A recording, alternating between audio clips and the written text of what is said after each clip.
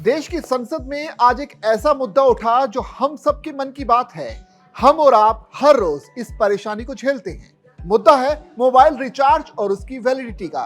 देश में आज करोड़ों मोबाइल यूजर्स हैं जो प्रीपेड सिम के जरिए फोन का इस्तेमाल करते हैं।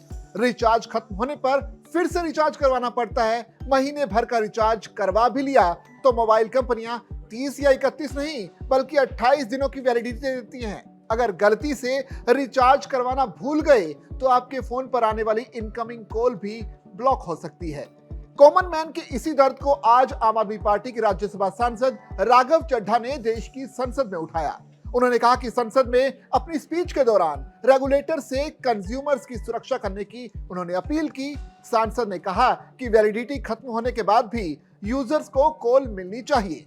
इस बात से टेलीकॉम पॉलिसी पर अब एक बहस छिड़ गई है। आप भी सुनिए आखिर राघव चड्ढा ने संसद में क्या कुछ कहा। प्रीपेड कस्टमर्स फेस करते हैं वो है टेलीकॉम ऑपरेटर का 28 दिन का मंथली रिचार्ज। साल में सर महीने 12 होते हैं, लेकिन 28 दिन की रिचार्ज के माध्यम से 13 टाइम्स रिचार्ज कराना पड़ता है। कैसे सर? 28 दिन into 13 times is equal to 364 days. ये एक बड़ी क्लेवर स्ट्रैटेजी है जिसके चलते आपको फीलिंग 30 दिन की देते हैं लेकिन आपसे डीलिंग 28 दिन की करते हैं। सर दुनिया में हर जगह बिलिंग साइकिल कैलेंडर मंथ के हिसाब से होती है 30 या 31 दिन। आपको मंथली सैलरी, लैंडलॉर्ड का रेंट, बैंक की ईएमआई, बिजली पानी गैस का बिल, तमाम चीजें 30 या 31 दिन के महीने के हिसाब से होती हैं। लेकिन ये मोबाइल ऑपरेटर, टेलीकॉम ऑपरेटर 28 दिन के महीने के हिसाब से आपको रिचार्ज प्लान बेचते हैं ताकि साल में एक अतिरिक्त रिचार्ज आपको मिल जाए। मैं उम्मीद करता हूं कि इसे भी समाप्त किया जाए। सांसद राघव चड्ढा ने कहा कि अगर कोई रिचार्ज प्लान एक्सपायर हो जाता है तो आउटगोइंग कॉल्स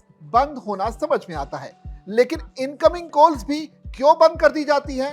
एक बार वैलिडिटी खत्म हो जाने पर लोगों से संपर्क नहीं हो पाता और बैंक ओटीपी जैसे जरूरी मैसेजेस भी नहीं आ पाते हैं। इमरजेंसी या अर्जेंट सिचुएशन में इससे कोई व्यक्ति पूरी तरह से कट सकता है। भारत में 125 करोड़ मोबाइल फोन यूजर हैं जिसमें से 90% प्रीपेड प्लान के यूजर हैं। सर आज मैं प्रीपेड प्लान के जो मोबाइल यूजर्स हैं उनकी ओर से दो समस्याएं उठाना चाहता हूं। सर पहली समस्या है कि रिचार्ज खत्म होने के बाद आउटगोइंग के साथ साथ इनकमिंग कॉल का भी बंद होना। सर जब प्रीपेड प्लान एक्सपायर होता है या मोबाइल रिचार्ज की वैलिडिटी खत्म होती है तो आपकी आवाज बंद कर दी जाती है। फोन मेरा, सिम कार्ड मेरा, नंबर मेरा। तो सर रिचार्ज खत्म होने के बाद आउटगोइंग कॉल बंद होना समझ आता है, लेकिन इनकमिंग कॉल बंद होना सरासर मनमानी है। सर हमारा मोबाइल नंबर आज हमारी डिजिटल पहचान बन चुका है।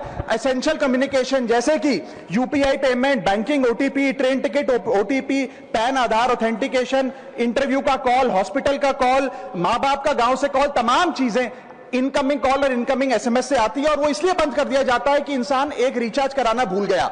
सर इनकमिंग कॉल बंद करना is not stopping of a service, ये हमारे राइट टू कम्युनिकेशन को स्टॉप करने जैसा है। सर जैसे आपका आधार कार्ड इसलिए एक्सपायर नहीं हो जाता कि आपने डिटेल अपडेट नहीं करी, या आपका बैंक का खाता इसलिए बंद नहीं हो जाता कि आपने मंथली डिपॉजिट जमा नहीं किया, या आपका वोटर आईडी इसलिए सस्पेंड नहीं हो जाता कि आप एक चुनाव में वोट डालना भूल गए। ठीक उसी तरह आपका मोबाइल नंबर इसलिए सस्पेंड और डीएक्टिवेट नहीं होना चाहिए कि आप एक रिचार्ज भूल गए। सर मैं सदन में फ्री आउटगोइंग की मांग नहीं कर रहा, फ्री डेटा की मांग नहीं कर रहा, लेकिन इनकमिंग कॉल फैसिलिटी की गारंटी होनी चाहिए। मेरी 3 स्पेसिफिक मांग है। पहली, प्रीपेड मोबाइल कनेक्शन में इनकमिंग कॉल और इनकमिंग एसएमएस कम से कम 1 साल तक कंटिन्यू रहे, चलता रहे from the date of the last recharge, ताकि एसेंशियल कम्युनिकेशन चलती रहे। दूसरी, deactivation of the mobile number after 3 years. ऐसा ना हो कि आपका मोबाइल नंबर किसी को आपका मोबाइल नंबर बंद करके किसी और को अलॉट कर दिया जाए। कम से कम 3 साल का ग्रेस पीरियड देना चाहिए from the date of the last recharge. And third demand, mobile operator should introduce a low cost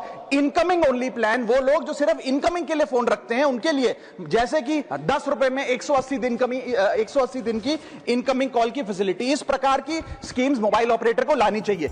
Raghav Chadha ने कहा कि मेरी सरकार से मांग है कि आखिरी रिचार्ज के बाद कम से कम 1 साल तक इनकमिंग कॉल्स और एसएमएस आते रहें ताकि जरूरी कम्युनिकेशन बंद ना हो।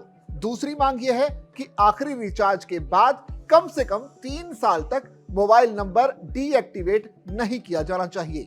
टेलीकॉम ऑपरेटर्स को उन यूजर्स के लिए कम कीमत वाला सिर्फ इनकमिंग प्लान लाना चाहिए जिन्हें सिर्फ जरूरी कॉल्स, ओटीपी और सरकारी सर्विस के लिए अपना नंबर एक्टिव रखना होता है।